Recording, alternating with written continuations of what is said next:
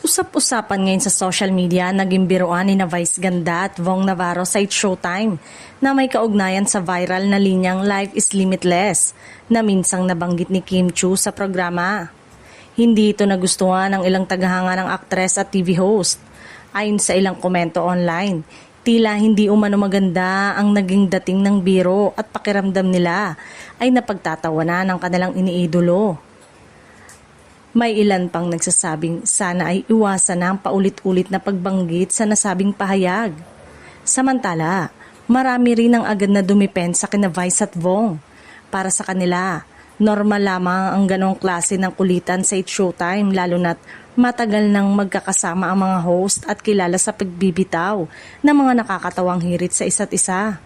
May mga netizen ding nagpunto na kay Kim mismo ay kilala sa pagiging game pagdating sa mga biro. Sa katunayan, ilang beses na rin umano siyang nakipagsabayan at nakitawa sa mga pangaasar at biruan ng kanyang mga kasamaan sa programa. Ayon pa sa ilang manonood, bahagi na ng identity ng noontime show ang masayang samahan at natural na chemistry ng mga host. Kaya naman para sa kanila, hindi na dapat bigyan pa ng ibang kahulugan ng naturang eksena. Sa huli, hati ang opinyon ng publiko tungkol sa issue.